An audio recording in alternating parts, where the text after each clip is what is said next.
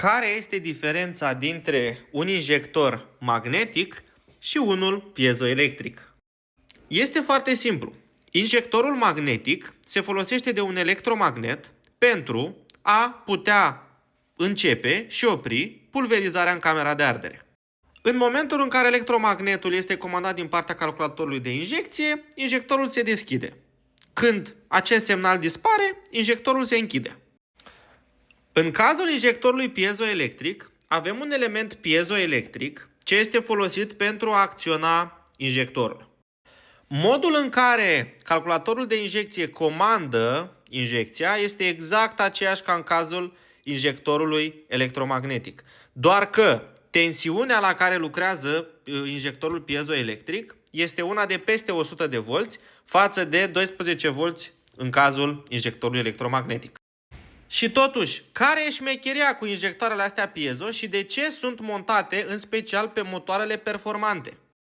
Ei bine, ce trebuie să știți este că chiar dacă injectorul electromagnetic este acționat foarte repede din punctul nostru de vedere, în realitate, din momentul în care injectorul primește semnal până când începe efectiv pulverizarea, există un anumit timp mort. Timp mort care în cazul injectorului piezoelectric dispare. Acel timp mort este distanța dintre momentul în care electromagnetul este acționat până când se mișcă toate componentele din injector pentru a începe pulverizarea.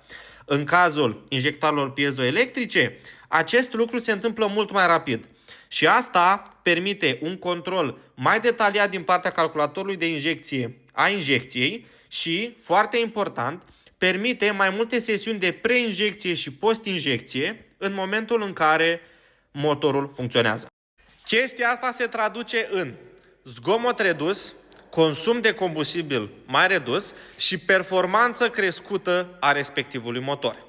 Ce este în schimb foarte important să înțelegeți este faptul că injectorul piezoelectric este puțin mai pretențios față de injectorul electromagnetic. Asta deoarece, pe lângă toate problemele mecanice ce pot apărea într-un injector, atât electromagnetic cât și piezoelectric, la elementul piezo mai avem probleme electrice ce pot apărea pe acest element piezo dacă întreținerea sistemului de injecție nu este făcută corect.